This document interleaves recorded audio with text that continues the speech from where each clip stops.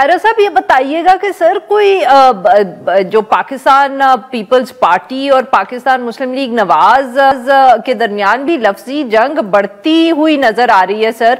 आज शर्जील इनाम मेमन साहब ने बहुत सख्त गुफ्तगू की, उसके बाद अज़मा बुखारी साहिबा का फौरन जवाब आ गया उस पे।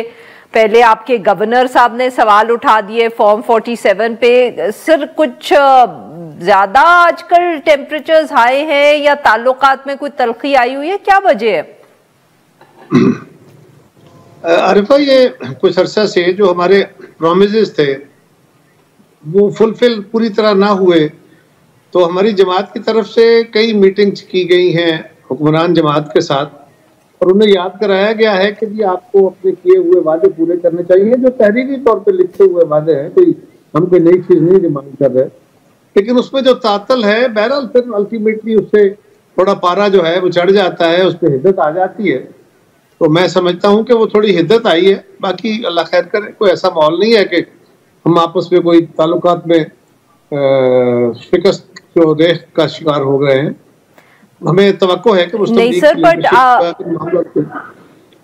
जी माफ करिएगा सर, मेरा ख्याल था आपने बात मुकम्मल कर ली। मैं पूछना ये चाह रही थी सर कि अगर कोई डिमांड्स और उनके ऊपर इश्यूज हैं तो सर पाकिस्तान पीपल्स पार्टी अगर पाकिस्तान मुस्लिम लीग नवाज की विक्ट्री के ऊपर ही सवाल उठा दे कि फॉर्म 47 की हुकूमत है या फॉर्म 47 से हर कोई जीता हुआ है, तो ये तो बड़ी संजीदा बात है। आई मीन ये अब कल को अगर आप लोगों के ताल्लुकात ठीक हो गए या डिमांड्स आपकी पूरी हो गई तो आप लोग भूल जाएंगे इस बात को कि एक हुकूमत के ऊपर आपने इल्जाम लगाया था कि वो तो जीते ही नहीं है।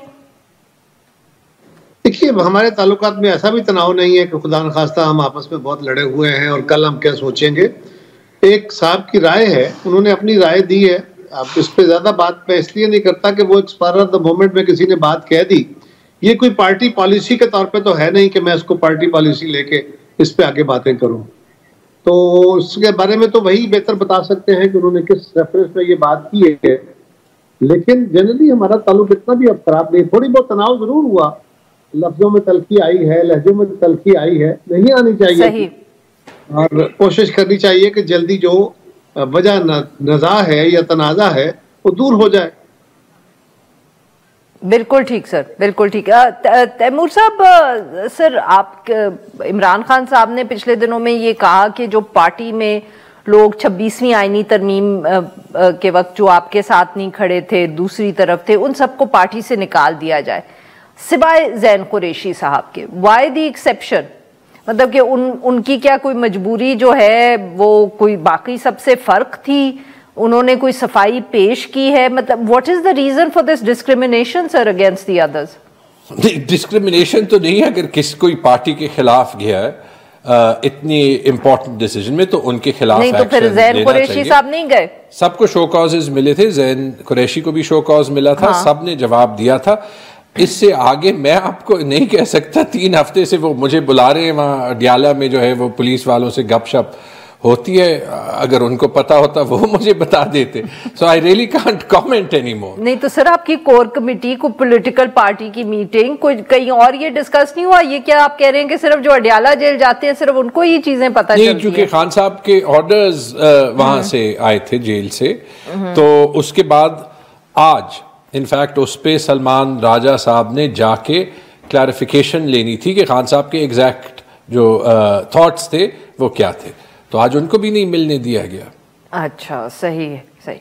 कायरा साहब, जो पाकिस्तान पीपल्स पार्टी है वो किस तरह देख रही है जो मुज़ाकरात हम कह सकते हैं फेल हुए हैं पाकिस्तान पीपल्स पार्टी, अब पाकिस्तान मुस्लिम लीग नवाज और पाकिस्तान तहरीक इंसाफ के? सर वैसे तो आप लोग भी उस कमेटी में शामिल थे, बट ऑब्वियसली ज्यादा जिम्मेदारी तो पाकिस्तान मुस्लिम लीग नवाज और पीटीआई पर ही आती है। तो how is PPP looking at that whole issue?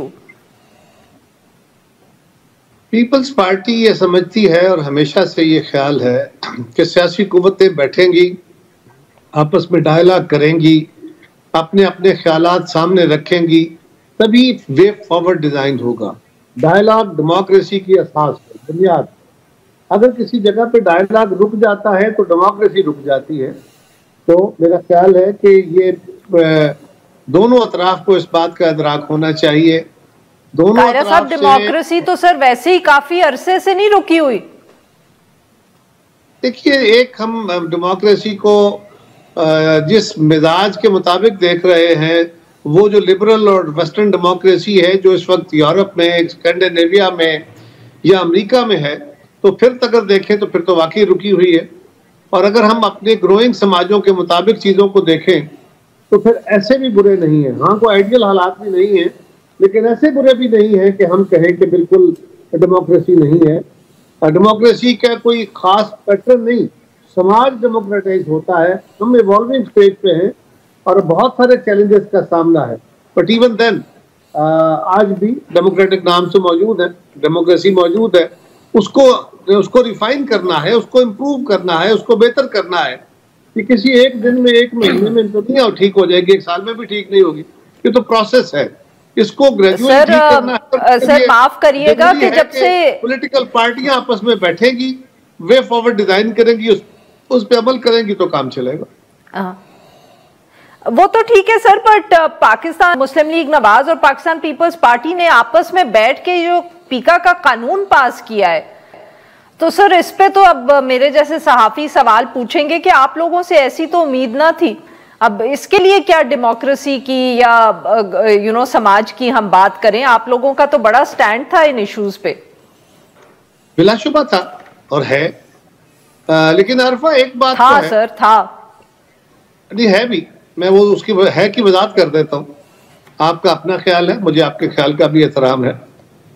मसला ये है कि सोशल मीडिया जो लेटेस्ट हमारे यहाँ उसका ट्रेंड है, सारी दुनिया के अंदर सोशल मीडिया से समाज इस वक्त अफेक्टेड है और सारी दुनिया सोशल मीडिया को किसी ना किसी तरह रेगुलेट करके किसी जिम्मेदारी के तहत लाना चाहिए। अगर मैं एक साथी हूँ या मैं एक मीडिया पर्सन हूँ या मैं सोशल मीडिया यूजर हूँ, मुझे आज़ादी मिलनी चाहिए। ये बड़ा आला मीडियम है, लेकिन मेरी आज़ादी उतनी है जहां से आपकी आज़ादी शुरू होती है।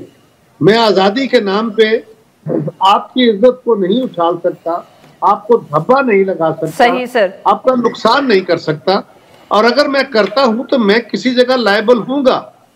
तो सवाल यह है कि क्या आप सोशल मीडिया की आज़ादी बिल्कुल बेमुहार चाहिए या वो किसी कायदे और कुलिये के तहत होनी चाहिए? बिल्कुल ठीक जी। तैमूर झगड़ा साहब, सर बताएं कि सोशल मीडिया की आज़ादी का मसला तो सर अब खैर आप ही की जमात की वजह से, शिकायत तो सारी उधर से ही होती है, और कई तो वैसे सर आजकल वैसे जो कैंपेन्स चल रही है ना आपकी पार्टी की तरफ से, कुछ जाती ही हो रही है। ये देखें, ये आप बार बार इल्जामात लगाती हैं बगैर किसी सबूत के। अच्छा, and we take strong exception to that. I know sir, आप हर बात पे कहते हैं कि पीका लग जाएगा, पीका लग जाएगा। तो कानून है और हम कानून की क्या कहते हैं, पासदारी करते हैं। Thank you. पश्तूनों की उर्दू जरा कमजोर होती है, लेकिन कायरा साहब आप जो कहना कहें। देखें, वैसे कायरा साहब ने कहा कि हमारी जो जमहूरियत है वो इवॉल्विंग स्टेट में है। इवॉल्विंग कम और रिवॉल्विंग स्टेट में ज्यादा है, गोल गोल जा रही है और थोड़ी सी पीछे भी जा रही है, तो रिग्रेसिंग स्टेट में भी है। और उसका एक सबूत पीका का कानून हो गया। देखें, ये इतनी छोटी बात नहीं है। ये 26 नवंबर के बाद इन्होंने लतीफ खोसा साहब का एक स्टेटमेंट पकड़ा और कहा कि पीटीआई ने कहा है कि 200 या 300 लोगों के डेथ्स की लोग रोक लेते ना लतीफ खोसा। नहीं, तो लतीफ खोसा साहब एक इंडिविजुअल है, वो पीटीआई को रिप्रेजेंट करते हैं, लेकिन गवर्नर पंजाब जो स्टेट का एक इतना इंपॉर्टेंट हिस्सा है 56% पाकिस्तान का, जब वो कहते हैं फॉर्म 47 का इलेक्शन है, तो वो उनकी इनफरादी राय है। सिर्फ उन्होंने नहीं, अनवार काकड़ ने भी मैरियट में कहा था, किसको कहा था, हनीफ अब्बासी को, या किसी, उसका हमारे पास कोई सबूत प्राइम मिनिस्टर है सर, सबूत नहीं है ना, सुनी सुनाई बात थी, सुनी सुनाई बात है। आप कौन सा खड़े थे? रावलपिंडी कमिश्नर ने कहा था, पत्नी अभी वो कहां पे, पतान की रिपोर्ट है अभी, ठीक है जी। मेरे हल्के में मौलाना फजल रहमान से एमल वली खान साहब ने जो है वो कहा है। हर जगह सबूत ही सबूत है, लेकिन we are not taking this seriously. तो ये तो इवॉल्विंग स्टेट्स नहीं है। वैसे मुझे लगता ये है कि जितना बुरा हमारा एजुकेशन सिस्टम है, तो अभी तो वो इलेक्शन के रिजल्ट से भी साबित हो गया कि कोई गिन ही नहीं सकता कि वोट किसको कितने पड़े हुए। You think that's the problem? Kaira साहब, वैसे ये झगड़ा साहब ने कोई नया ही पॉइंट निकाला है। वो कह रहे हैं कि शायद गिनती नहीं आती थी उन लोगों को जो गिन रहे थे, क्योंकि हमारे एजुकेशन सिस्टम की तो खैर जो सूरत हाल है उस पे हम काफी मातम करते ही रहते हैं। आरिफा, गुजारिश ये है कि देखिए, ये भी आज़ादी है ना कि आप फॉर्मल मीडिया पे बैठे हैं और बातें कर रहे हैं और जो चाहते हैं कह रहे हैं। अगर आप सोशल मीडिया पे जाके ऐसी बात जो बेबुनियाद हो, उसका बुनियाद क्या है कि मैंने झगड़ा साहब के बारे में कोई इंतहाई लघु बात, इंतहाई हद तक अमेज बात कह दी जिससे इनका नुकसान हो गया, इनका इमेज नुकसान हो गया, वो ट्रेंड बन के पूरी दुनिया में मेरी इनकी तस्दीक का बायस बन गया और मैंने कहा जी मेरा तो ये हक है। तो क्या मेरा हक अनचेक? सर वैसे गवर्नर पंजाब का भी तो यही कमेंट था ना सर, वो गवर्नर पंजाब उसको भी तो, उसके बारे में भी तो यही कह सकते हैं। देखिए, गवर्नर पंजाब ने अगर कोई कमेंट किया है और वो फॉर्मल मीडिया पे है तो और बात है, अगर सोशल मीडिया पे कहा है तो उसके लिए जरूर अकाउंटेबल होंगे, उनको जरूर इनका जाके अपनी बात कर लेनी चाहिए, बिल्कुल करनी चाहिए। अगर पीका के कानून के तहत किसी की कोई गलती है तो उसको जरूर उजागर कीजिए। आपके पास बेशुमार फोरम मौजूद है। मैं उनकी दिफा की बात नहीं कर रहा, मुझे नहीं पता उन्होंने क्यों कहा, कैसे कहा, लेकिन मैं तो ये कह रहा हूं कि आपको आजादियां चाहिए, मिलनी हैं, लेकिन वो आजादियां आपको किसी कायदे और कुलिये के तहत मिलनी है। बेमुहार आजादियां नहीं होती, अनचेक्ड आजादियां नहीं होती। आपके तक मेरी नाक शुरू होती है, मेरी नाक को दबा के बिल्कुल ठीक सर, थप्पड़ मार के आपकी आती नहीं है।